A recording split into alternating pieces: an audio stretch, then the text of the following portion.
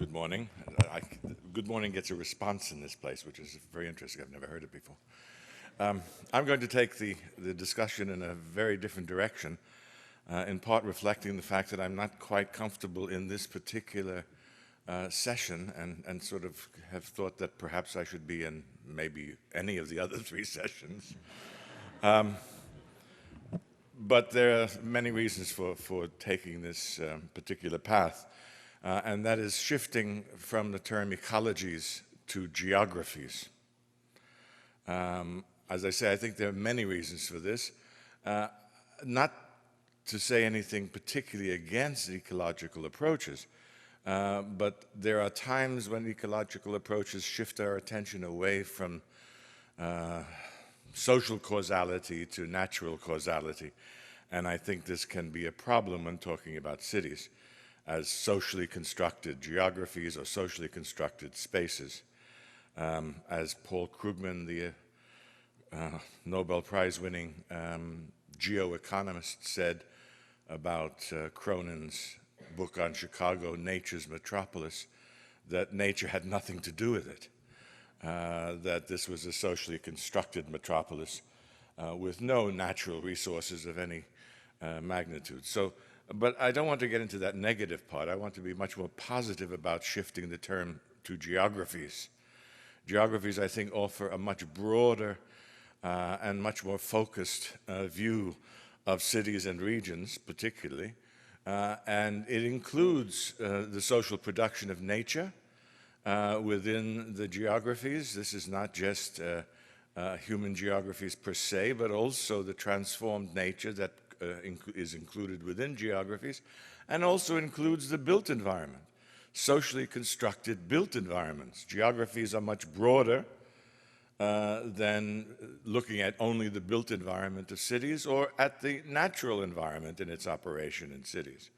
And so geographies emphasizes this multiscalarity, the interaction between the multiple scales from the local to the global, from the body to the planet, much of it having to do with natural processes, but most of it having to do with social processes, that we can feed and clothe and shelter the entire world's population today without any major environmental impact, as long as we distribute this in a different way than we do now, through social and political decision-making.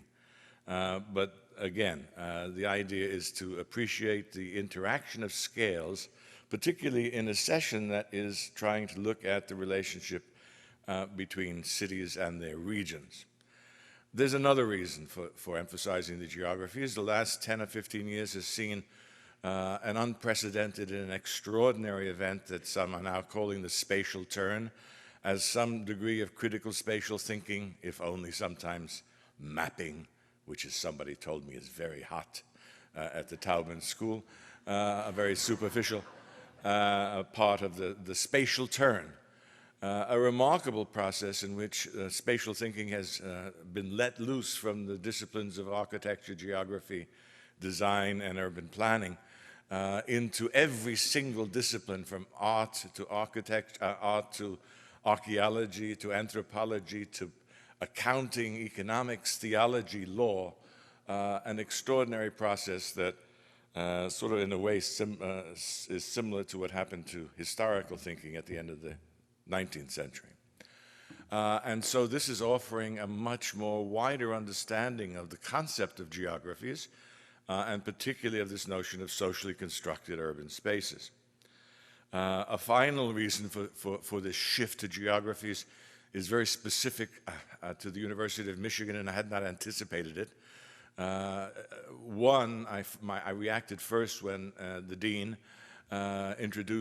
discussed the various disciplines were represented here, and rattled off a long list of disciplines without mentioning geography.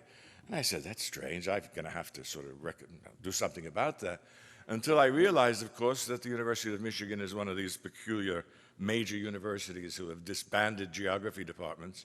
And so the absence of geography is a glaring, challenging aspect of life here in Ann Arbor at the University of Michigan. And I want to make sure that those geographies are represented centrally in everything that you think about and do. in the Taubman school. Okay, now to the relationship. The other reason is that it offers a particularly useful way of looking at the relationship between cities and regions with regard to the future of urbanism. And for the rest of my 10 minutes, I want to make one single argument. It's a jumbo, giant argument, and given the small amount of time, I'm going to have to perhaps exaggerate a little bit to be understood, because as you see, I'm one of the few people without visuals. You have to listen to me or fall asleep, you have either choice. But the argument I'm going to make is that since 1971, an interesting date, the publication date for Rainer Banham's architecture of the four ecologies, that has this motif that has been entered into this particular panel. Ever since 1971, the very nature of urbanism and urbanization itself has been experiencing a radical change. We have been saying something like that for the past 30 years. A radical change that has been greater in degree than at any other similar 30-year period in the history of the industrial capitalist city. But I'm trying to push this argument even further. We're beginning to accept the idea that the changes are so great that it's forcing us to rethink traditional urban theory and urban concepts and our urban vocabulary, whether it's metropolitan landscape, architecture, or built environment, whatever.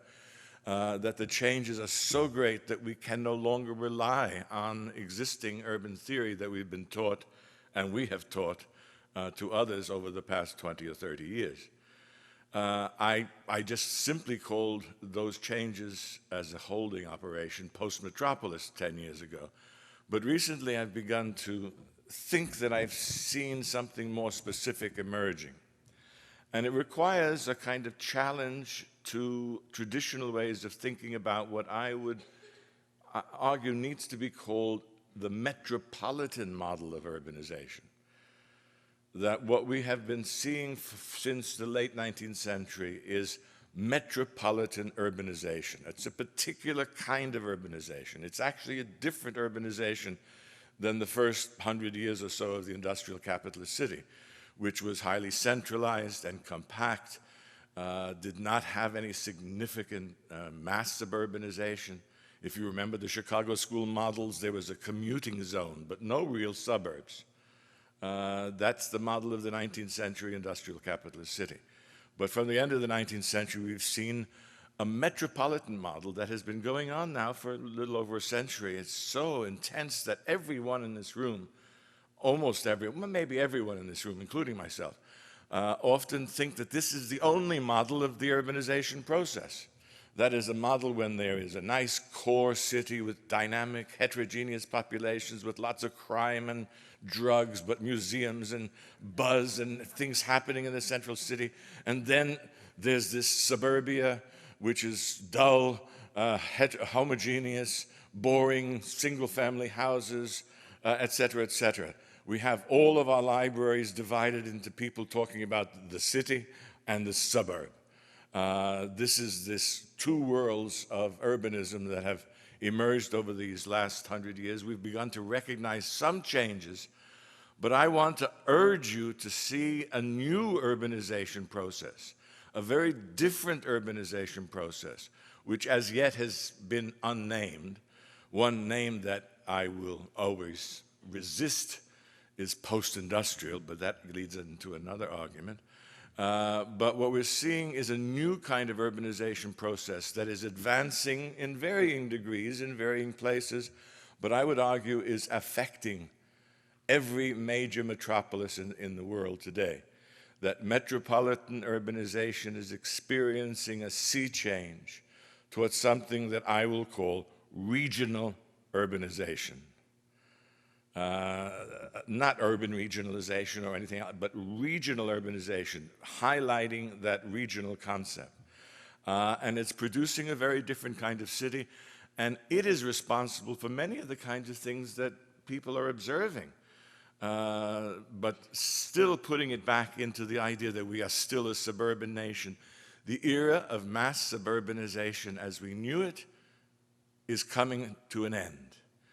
It's declining. The hegemony of our suburban models of city growth largely through suburbanization plus some entry into the center of immigrants, that this model of a simple division of two worlds of urbia and suburbia is being transformed rapidly by this regional urbanization process. What is it? Well, there are many aspects, and I'll have to do it very quickly. One of the key ways of understanding it is the change in the density gradient.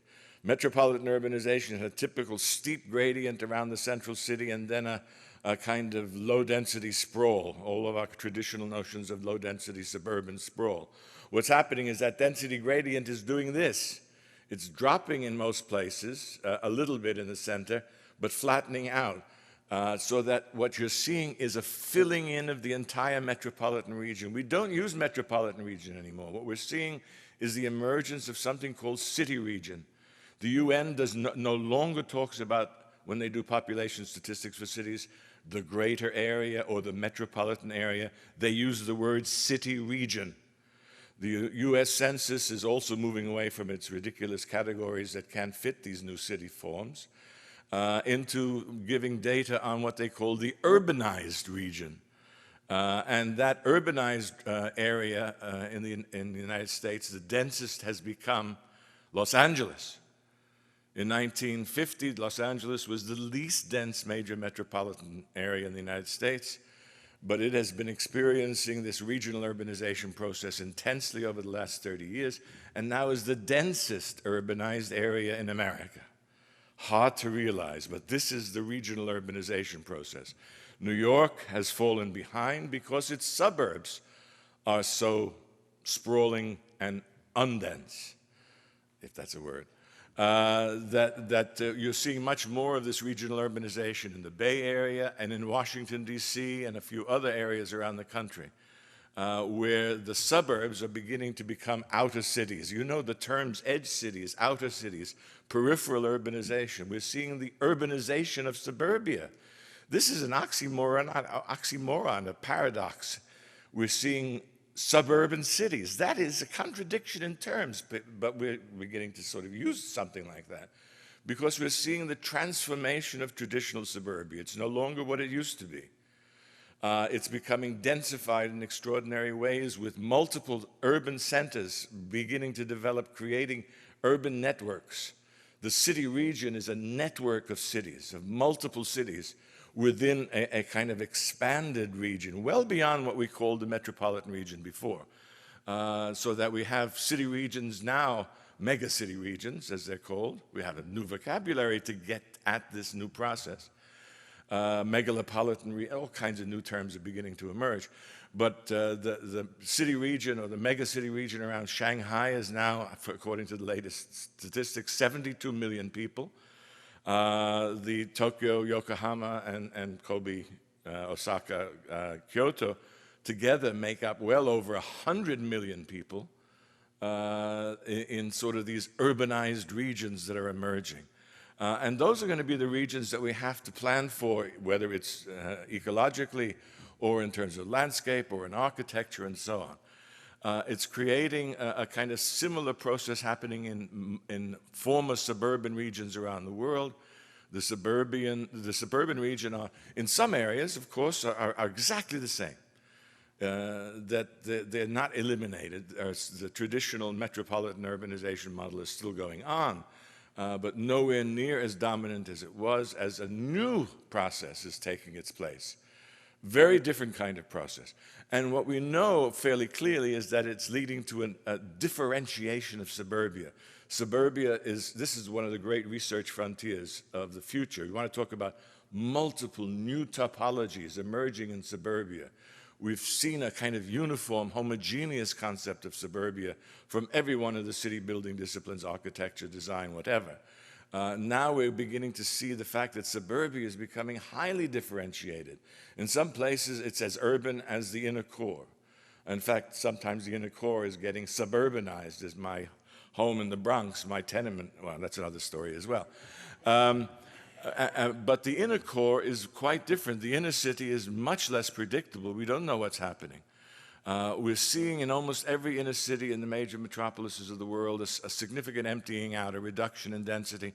But in some cases, it's being refilled with rapidly refilled with new migrants and new activities. And it's this, by the way, which is occupying architects and star-architects and Bilbao effects and all of that stuff, because nobody knows what's going to be happening to the downtown, except the fact that it's eroding, and we have this weird business of shrinking cities, which are going to be talked about next, which I have real difficulties with, because it's just sort of missing the larger metropolitan geographical pattern. Well, I see that I need to wrap up, but there are lots more features of this regional urbanization process that I'd like to get to, but just wanted to end with one, that it's creating massive governance problems. Jonathan Levine yesterday started talking about the need for institutional changes to adapt to the new urbanization processes. And a vital part of the future is this adaptation to the regional urbanization process. And he spoke about Myron Orfield, who'll be speaking as well, providing one model, Gerald Frug another model. And there are other models of trying to create not another regional government of an old-fashioned sort, but some form of regional regulation that has to be emerging to deal with these fundamental environmental, social, economic, political, and so on problems. And I guess the key point is that a spatial and geographical perspective, that architects, designers, and planners need to think more like geographers than perhaps ever before. Thank you.